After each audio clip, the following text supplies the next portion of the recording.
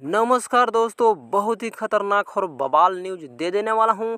उसी के बारे में बताने वाले हैं भैया। दबंग खेसारी लाल यादव जी का बहुत ही ब्लास्ट गाना का शूटिंग हुआ है, उसी के बारे में बताने वाले हैं। तो अगर आप चैनल पर नए हो तो वीडियो को दिल से लाइक करके चैनल को सब्सक्राइब करें, क्योंकि इसी तरह का ब्लास्ट और खतरनाक भोजपुरी का न्यूज मिलने वाला है। तो हम बात करते हैं दबंग खेसारी लाल यादव जी के गाने के बारे में, जो कि बहुत ही बवाल धमाल गाना शूटिंग हो रहा है, जो कि रानी एक्ट्रेस नजर आने वाली है, बवाल और धमाल मचा के रख देने वाली है।